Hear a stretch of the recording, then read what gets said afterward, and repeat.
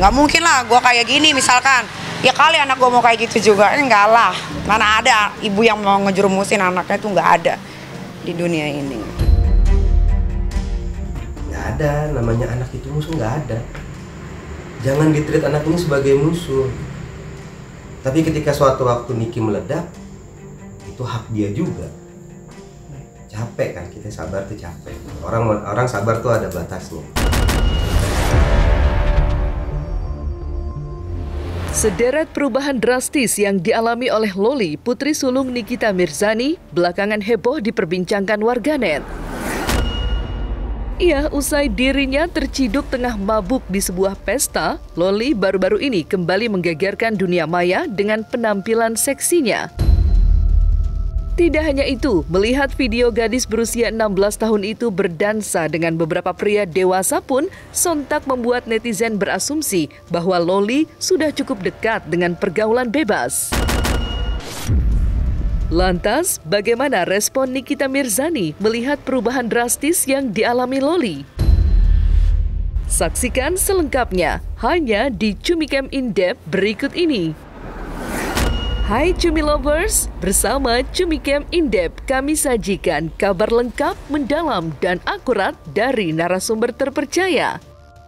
Dan jangan lupa untuk like, subscribe, dan juga share channel YouTube ini.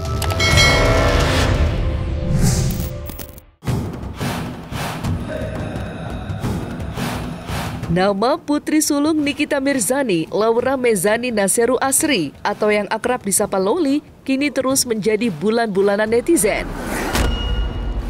Bagaimana tidak, setelah viral beredar video wanita mirip dirinya tengah jalan sempoyongan diduga karena mabuk berat, baru-baru ini Loli kembali terciduk tengah berdansa dengan para pria dewasa di sebuah pesta.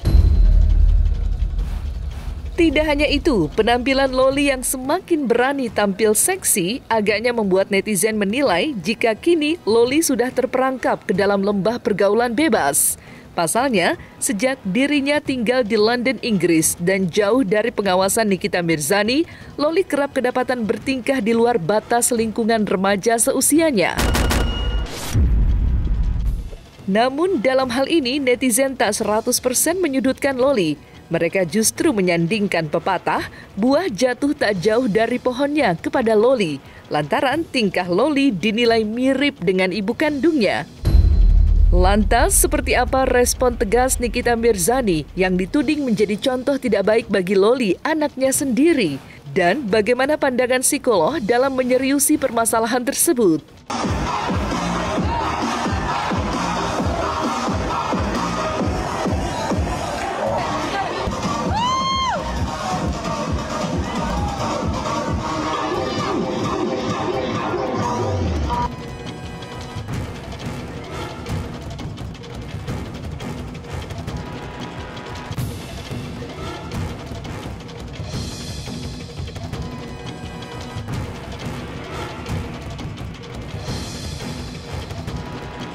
Nggak mungkin lah gue kayak gini misalkan. Ya kali anak gue mau kayak gitu juga. Enggak lah. Mana ada ibu yang mau ngejerumusin anaknya, itu nggak ada di dunia ini. Dia bebas itu baru sekarang setelah dia berhenti dari sekolah. Karena sekolah tidak bisa menampung dia, karena dia sudah bukan pelajar di situ lagi. Itu cerita sebenarnya. Di UK itu justru dia nggak bisa bebas sebetulnya. Karena dia sudah tidak bersekolah di sana. Gitu, makanya dia keluar dari asrama. Loli itu SMA kelas 1 tuh seperti pesantren, boarding school. Justru dia tidak bebas lama di sekolah. Gue waktu pertama kali kejadian tuh gue sampai jam 3 pagi gue tungguin ini anak ngerespon WhatsApp. Akhirnya direspon WhatsApp gue telepon langsung. Jam 3 pagi gue begadang, gue bela-belain. Gue tungguin, ayo gue pengen banget nih ngobrol gitu, ayo ngobrol gitu. Karena ini anak lagi berapi-api gitu, butuh penyaluran. Jangan disalurin ke sosmed. Pertama kali berita itu gue langsung konfirmasi ke Niki dulu, apa ke Ki, ini ada begini, ini gimana ceritanya? Ya, wah, ceritalah panjang lebar kali tinggi. Oke, sip. Kalau lu reaktif, lu meledak-ledak, ini anak lu. Nasihatin dong sebagai kakak. Nggak ada, namanya anak itu musuh, nggak ada. jangan ditreat anak ini sebagai musuh. Tapi ketika suatu waktu Niki meledak, itu hak dia juga. Capek kan, kita sabar tuh capek. Orang sabar tuh ada batasnya. Yang itu juga gue sesalkan. Saat itu kan dia masih on fire. Nah, sehatin orang lagi marah tuh kan susah, bro. Susah ditelan gitu. Jadi ya tipikal ABG lah. Om tuh nggak ngerti. Om tuh nggak ngerti aku. Aku tuh nggak gitu, aku tuh nggak gini. Iya.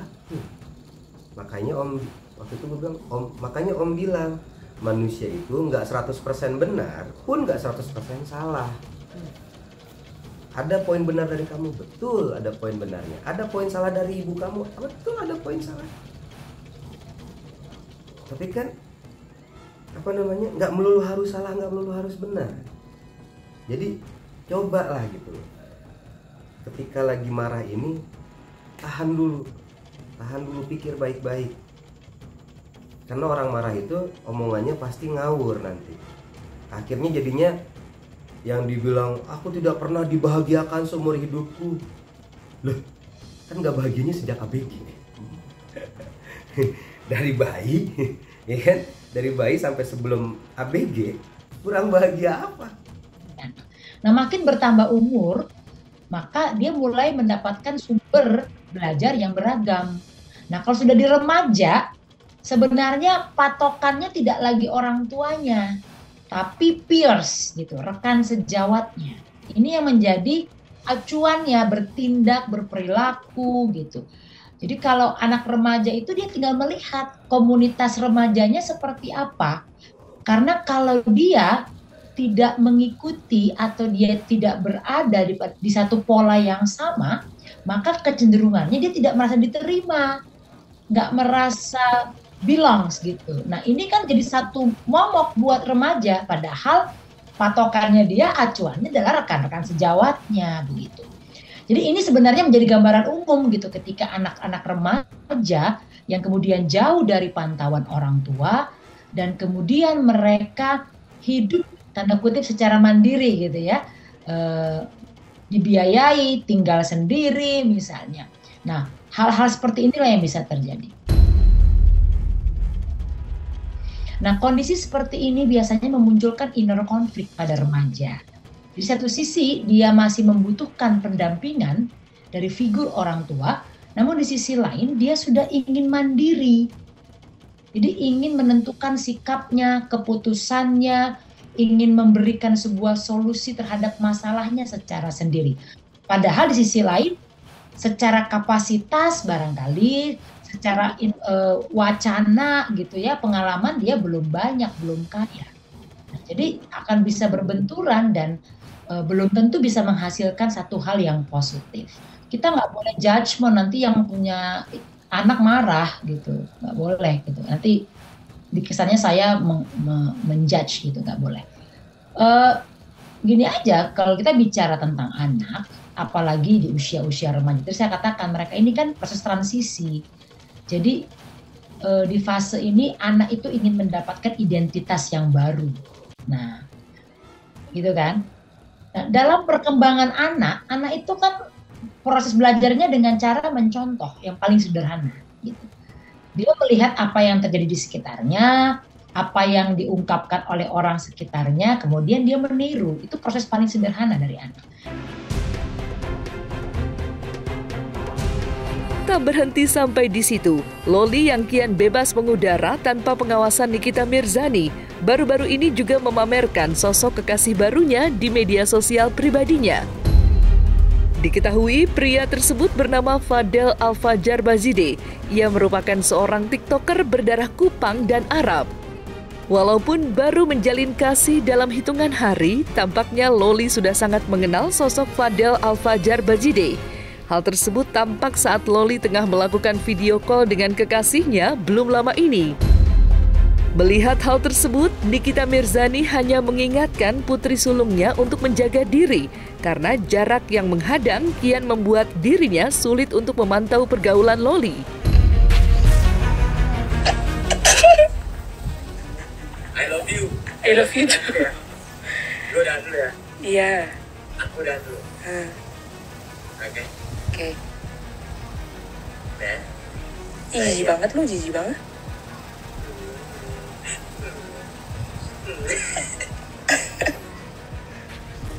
bye. Bye. Tanya sendirilah sama anaknya. Nggak tahu kalau nanya ke aku, jujur aku nggak tahu. Awal mulanya pun aku nggak tahu gitu kan. Ya memang itu lagi pubernya dia. Mau pacaran, kata siapa pacaran nggak boleh? Boleh kok, boleh ditanya. Tetangga juga mungkin tahu kalau anak saya pulangnya larut malam gitu kan. Tapi harus ada yang ikut. Nah mungkin disitulah miss-nya dia tidak sadar bahwa dengan yang diikutin itu adalah bisa menjaga dirinya dari hal-hal yang tidak baik gitu. Saya kecewa loh, bener. Kalau dibilang kecewa bener, itu gunanya orang dewasa ngapain? Kalau sampai ponakan saya akhirnya begitu kan, biarpun akhirnya dibilang, loh kan situ sudah lepas tanggung jawab. Kan saya bukan lepas tanggung jawab, saya omnya loh ini. Gitu. Kalau dibilang ibunya kan sudah lepas tanggung jawab, mana ada bekas ibu? Nggak ada bekas ibu, nggak ada. Bekas anak itu nggak ada. Jauh di lubuk hatinya itu tetap anaknya Nikita Mirzani loh. Yang musuhnya adik saya tepok tangan, yang ceritanya fansnya pronya adik saya lagi pada miris juga. Kok bisa. Akhirnya kan coba bisa ngomong di situ. Kok bisa ya? Kasian ya. Kemudian akhirnya apa yang pro sama adik gue ngebully anaknya. Ya kan? Banyak tuh yang bully yang bilang, "Mimi kamu tuh udah bener bla bla bla, dasar anak durhaka. Biar begini, biar begini, doain yang jelek-jelek." Lu kira gua demen ponakan gua dikatain? Lu kira gua demen adik gue? Ini ponakan gue nih darah daging juga kan, darahnya ada di sini. Lagi dihina-hina orang, lu kira gue seneng? Kagak. Meski terlihat seolah tidak peduli dengan kelakuan di luar batas Loli, faktanya Edwin Drey, kakak Nikita Mirzani, menyebut jika Nikita Mirzani tengah mengupayakan sesuatu agar Loli dapat segera terlepas dari jurang pergaulan bebas yang menjeratnya belakangan ini.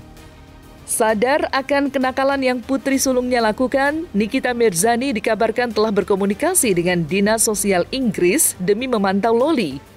Tidak hanya itu, sebenarnya Nikita Mirzani juga telah memberikan tiket pesawat eksekutif kepada Loli jika suatu saat dirinya ingin pulang ke Indonesia. Ia siapa sangka dikenal sebagai artis kontroversial yang acap kali berseteru dengan sesama artis lainnya, Nikita Mirzani memiliki jiwa keibuan yang tinggi. Buktinya, meski hubungannya dengan Loli sempat kisruh, Nikita Mirzani tetap memikirkan Loli yang kini terpisah jauh dengan dirinya. Kalau dia sadarnya cepat, alhamdulillah. Pasti saya sebagai orang tua, sebagai ibu, ya pasti akan menerima. Anak remaja itu tetap masih perlu didampingi dan diarahkan, gitu, oleh figur-figur orang tua yang boleh jadi itu orang tua kandung atau orang-orang yang dituakan. Ini aja garis bawahnya, gitu. Jadi mau dia tinggal sendiri, mau dia tinggal bersama dengan orang tuanya atau bersama-sama dengan orang lain, tetap dia masih membutuhkan pendampingan dan pengarahan. Karena tadi saya katakan belum sepenuhnya matang dalam membuat keputusan, dalam mengambil solusi, dalam membuat pertimbangan, karena memang pengalamannya belum kaya. Biarkanlah dia menjalani hidupnya dulu. Dia mau bebas, silakan bebas gitu kan. Entah kapan, sebulan 2 bulan lagi, ternyata dia lelah dengan kehidupan di sana yang tidak punya apa-apa, ya silakan balik. Kan tiket udah dibelikan, udah di open, kapanpun dia mau balik, anytime dia tinggal balik. Di sini ada beberapa poin yang penting untuk diketahui. Gitu. Yang pertama, usia-usia ini tuh kepengennya mereka itu belajar banyak dan tahu banyak itu tentang sistem nilai, sistem moral gitu ya. Dan mereka itu biasanya pengen untuk bisa ada di sebuah komunitas dan mendapatkan peran penting. Ya. Lalu mereka mulai belajar tuh tentang makna hidup. Gitu. Nah inilah kondisi-kondisi yang membuat seorang anak remaja cenderung kritis terhadap sekitarnya, kritis terhadap perilaku orang-orang yang dia lihat, terhadap keadaan yang sedang dia hadapi, gitu. Termasuk menjadi idealis dalam beberapa hal. Nah, jika situasi seperti ini tidak mendapatkan pendampingan yang efektif dari figur orang tua, tidak selalu harus orang tua ya, tapi bisa jadi orang-orang yang lebih dituakan dan bisa menjadi pendamping, makanya dia akan bisa bingung gitu. Dia punya idealisme, namun di sisi lain tidak ada yang bisa membantu menjelaskan situasi real yang sedang dihadapi. Makanya gue sebagai om nih, ya omnya Laura, kakaknya Nikita,